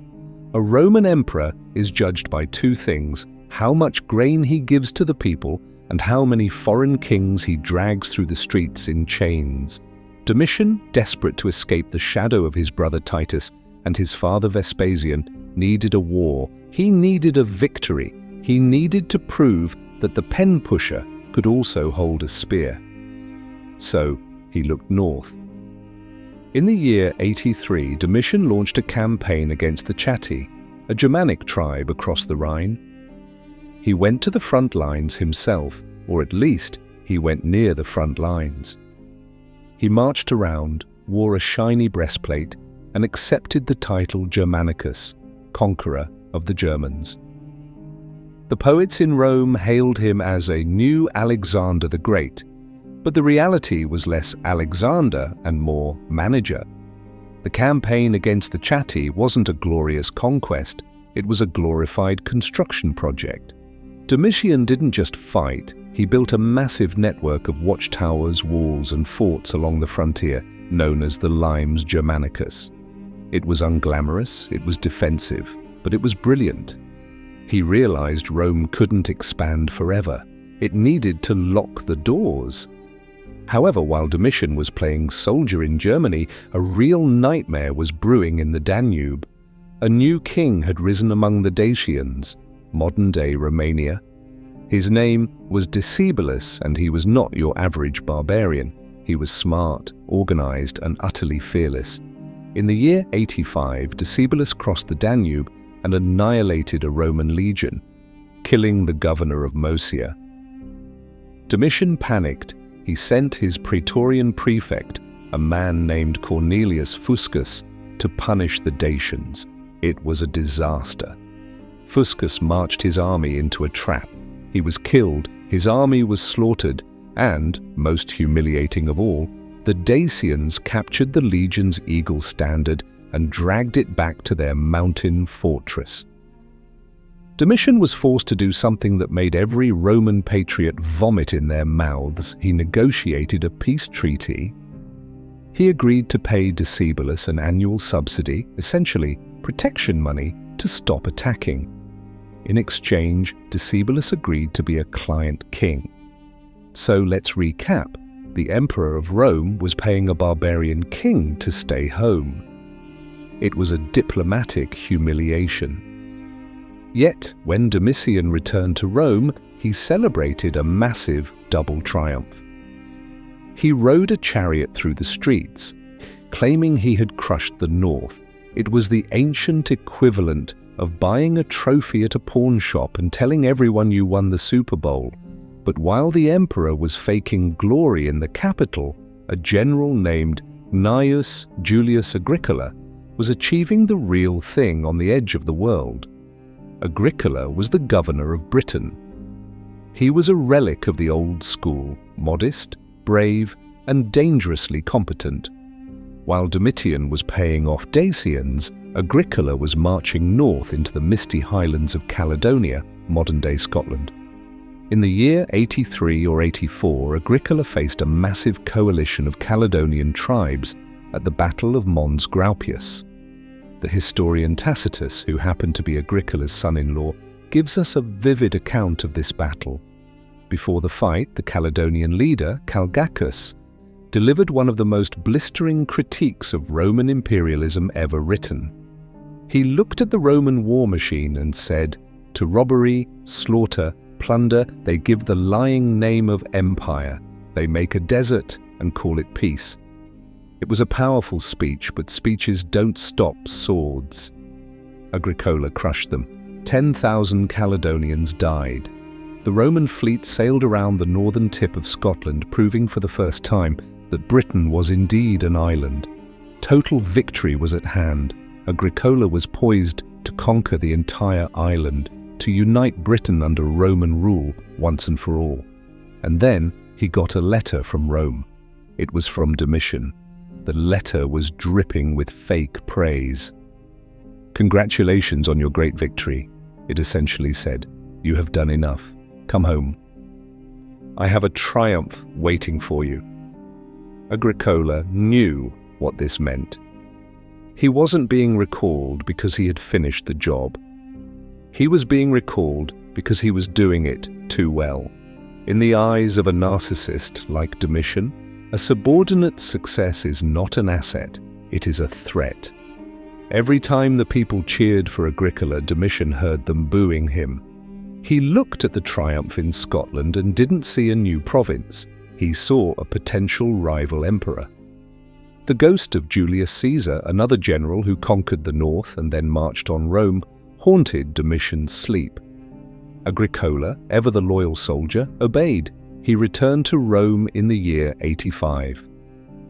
He did not enter the city with fanfare. He entered at night, quietly, to avoid a crowd. He went to the palace, where Domitian gave him a quick kiss on the cheek and dismissed him without a word. There was no triumph, no new command. The conqueror of Britain was forced into early retirement. Agricola spent the rest of his life in careful silence, avoiding public attention, trying to make himself look as boring and harmless as possible so the emperor wouldn't have him killed. When Agricola died quietly in the year 93, rumors swirled that Domitian had poisoned him. Whether true or not, the message was clear. Under Domitian, mediocrity was safe, but excellence was a death sentence. The recall of Agricola was a strategic tragedy. The Romans pulled back from Scotland. The fortress at Inchtuthil, which was meant to be the headquarters for the new territory, was dismantled before it was even finished. The chance to fully conquer Britain was lost forever. This is the defining flaw of Domitian's reign. He built walls on the Rhine because he understood defense, but he abandoned Scotland because he feared competition. He chose his own security over the expansion of the empire. His paranoia acted like a ceiling, capping the potential of Rome. He proved that an empire led by a jealous man is an empire that is slowly strangling itself. If the first half of Domitian's reign was a masterclass in bureaucratic efficiency, the second half was a descent into a psychological horror movie. The turning point came in January of the year 89. A governor in Upper Germany named Lucius Antonius Saturninus rebelled. He seized the savings of 2 legions and declared himself emperor. The rebellion was crushed quickly, not by Domitian, but by a loyal general who burned Saturninus's letters to protect his accomplices. But the damage was done. Domitian's worst fear had come true. The wolves were not just at the door, they were inside the house. The emperor returned to Rome a changed man. The strict manager vanished, replaced by a paranoid hunter. He decided that if he could not trust anyone, he would have to kill everyone who might inevitably betray him. Thus began the Reign of Terror. Domitian revived the most hated weapon in the imperial arsenal, the delatores.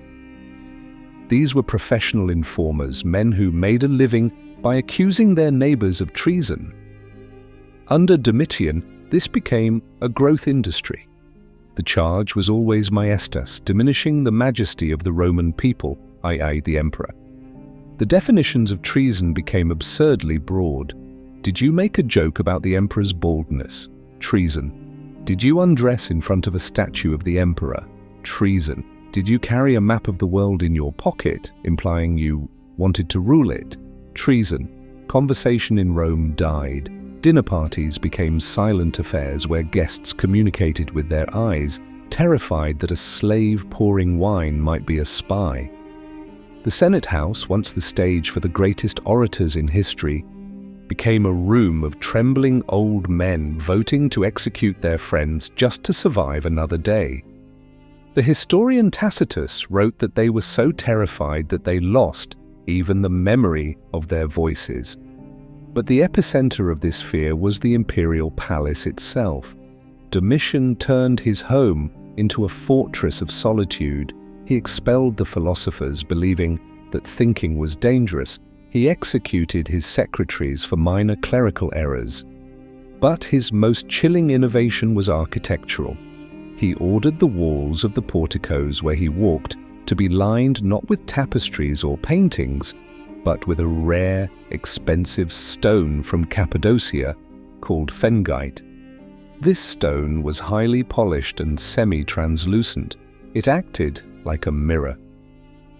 Imagine the emperor of the civilized world pacing the halls of his golden palace, staring not at the art, but at the reflection in the walls, watching for the glint of a dagger behind his back.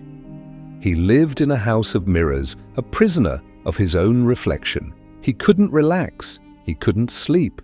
He saw assassins in every shadow. To verify his power, he began to purge the Senate with a cruelty that was theatrical.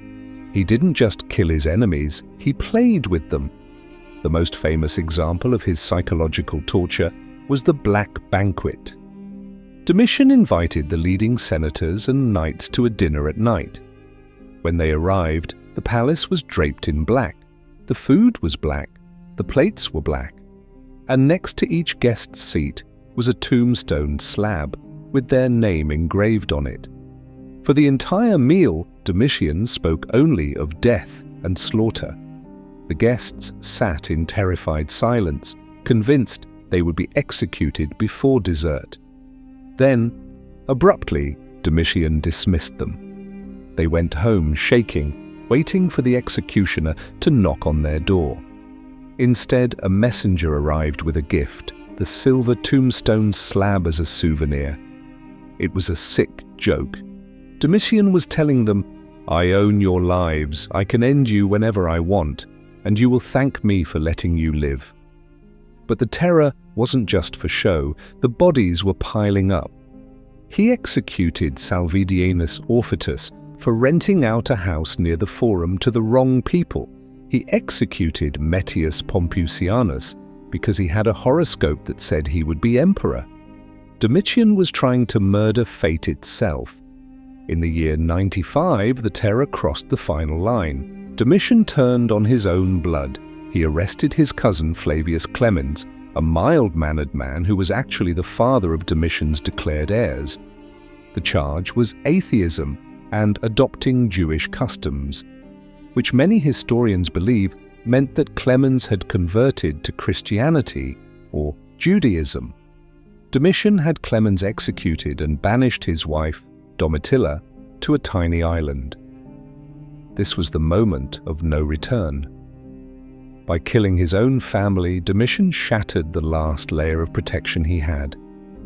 If a cousin wasn't safe, then a wife wasn't safe.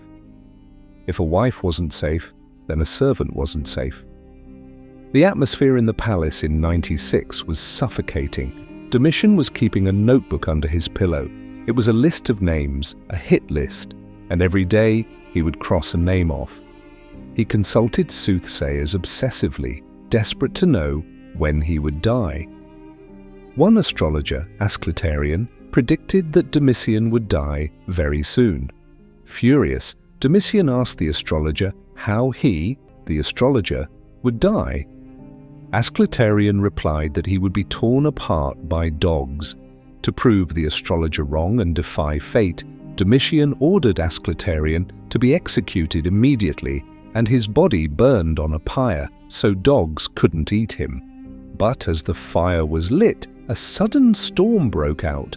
The rain extinguished the flames, and from the darkness, a pack of stray dogs emerged and tore the half-burnt corpse to pieces. When Domitian heard this, he collapsed in terror. Fate was coming for him. The mirrors couldn't save him. The armies couldn't save him. He was the most powerful man on earth, and he was completely, utterly alone. He famously said, "Conditio principum miserrima est, quibus de coniuratione comperta, non creditur nisi occisis." The condition of emperors is most miserable, for no one believes them when they report a conspiracy until they have been assassinated. He was right. A conspiracy was forming, but it wasn't in the Senate.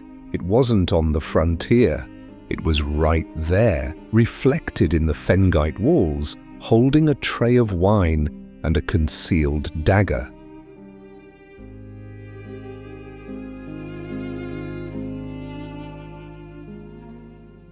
The moment Domitian took his last breath on the floor of his bedroom, the Roman Senate collectively exhaled for the first time in 15 years.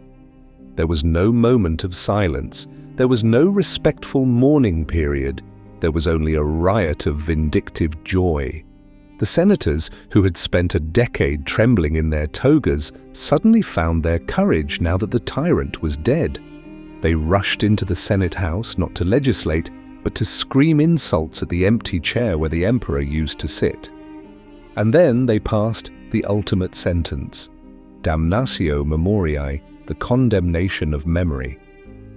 This was the ancient world's version of cancelling someone, but with sledgehammers. Work crews swarmed the forum and the Capitol like termites. They brought ladders, ropes, and iron hooks.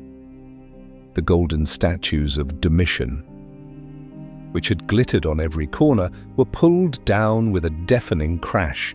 The bronze was melted down, likely to mint coins for the new regime or to make chamber pots, depending on the irony of the artist. Stone reliefs were chiseled away. His name was hacked off inscriptions on temples and arches, leaving behind ugly, blank scars in the marble that you can still see in Rome today. They wanted to rewrite reality. They wanted to pretend that the last 15 years had never happened. To fill the void, the conspirators quickly pushed a man onto the throne who was the exact opposite of Domitian. His name was Marcus Cocceius Nerva. He was 65 years old, childless, frail, and a career lawyer. He was chosen for one reason only: he was safe. He was the interim CEO selected to calm the shareholders. He was boring, he was weak, and most importantly, he wasn't a Flavian. But while the champagne corks were popping in the Senate, the mood in the rest of the empire was very different. This highlights the great disconnect of Roman history. The Senate hated Domitian because he took away their power and frightened them. But the Senate was a tiny club of 600 rich men. To the rest of the world, the shopkeepers, the farmers, and especially the soldiers, Domitian was a hero. The army was furious. When news of the assassination reached the camps on the Danube and the Rhine, the soldiers didn't cheer, they wept. They wanted to march on Rome and crucify the assassins. To them, Domitian was the man who had raised their pay, secured the borders, and actually done the work of governing. They didn't care about the liberty of the Senate. They cared about the competence of the state. The historian Suetonius notes that the soldiers insisted on calling Domitian divus, divine, immediately after his death. It was a tense standoff. The Senate had the legal authority, but the ghost of Domitian still held the loyalty of the swords. So while the senators patted themselves on the back for restoring freedom, they were actually sitting on a powder keg. They had destroyed the statues, but they couldn't destroy the reality. The Flavians had built a machine that worked, and the Senate was just trying to figure out how to drive it without crashing. The hatred of the elite is loud, but the gratitude of the common soldier is dangerous, and Rome was about to learn that you can erase a name from a stone, but you cannot erase it from the payroll. If you walk through the streets of Rome today, you are not walking in the city of Augustus, nor are you walking in the city of Nero. You are walking in the city of the Flavians. Their legacy is not written on paper, it is stamped in concrete, standing defiant against the erosion of 2,000 years. First, there is the hardware. Vespasian and his sons gave the world the ultimate symbol of Roman power, the Colosseum. It was a masterstroke of populism, building a temple of entertainment on the ruins of a tyrant's vanity. It proved that Rome could take the chaos of a civil war and pour it into a mold, creating a structure so solid that even time is afraid to knock it down. Then there is the Arch of Titus, standing at the entrance to the Forum. It is a beautiful monument to a brutal truth, the destruction of Jerusalem. It reminds us that the glory of Rome was often paid for with the sorrows of others, but the most overlooked architectural legacy is the palace itself. Domitian, the paranoid builder, constructed the massive Domus Flavia on the Palatine Hill. It was so magnificent, so imposing, and so perfectly designed for the theatre of power that almost every emperor after him lived there for the next 3 centuries. When we use the word palace today, it comes from the Palatine, the hill that the Flavians turned into the headquarters of the world. However, the software they installed was even more important than the hardware. The Flavians changed the operating system of the empire. Before them, being emperor was about having the right bloodline, the divine blood of Julius Caesar. Vespasian, the mule breeder, proved that blood didn't matter. Competence did. He opened the doors of the Senate to the provincial elites, the wealthy men from Spain, Gaul, and Africa. This was a revolution. By letting outsiders into the club, Vespasian ensured that the empire would not die of inbreeding. He paved the way for the 5 good emperors. Trajan and Hadrian, the greatest rulers of the next century, were Spaniards. They could never have ascended the throne if Vespasian hadn't first broken the lock. And let us not forget the administrative machine. Domitian, despite his tyranny, left behind a bureaucracy that hummed with efficiency. He professionalized the civil service. He balanced the books. He created a state that could function even if the emperor was crazy. He proved that a government doesn't need to be nice to be effective, it just needs to be organized. Ultimately, the Flavian dynasty was a bridge. On one side was the madness of Nero and the anarchy of the civil war, a fire that threatened to consume everything. On the other side was the golden age of the Antonines, the era of peace and prosperity. The Flavians were the ones who crossed the chasm. They built the bridge. It wasn't a pretty bridge, it was ugly. It was built with the rubble of Jerusalem, cemented with the blood of gladiators, and guarded by the paranoia of a lonely despot. But it was strong. It held the weight of civilization. They took a broken, bankrupt city and hammered it back into shape, handing over to the next generation a weapon that was sharpened, polished, and ready to conquer history. And that brings us to the end of our saga. What do you think? Was Domitian a misunderstood genius or a monster who got what he deserved? Did Vespasian save Rome, or did he just turn it into a family business? History is open for debate, and I want to hear your verdict in the comments below. If you enjoyed this deep dive into the blood, the gold, and the concrete of the Flavian dynasty, please leave a like and share this video with a friend who appreciates the darker side of history.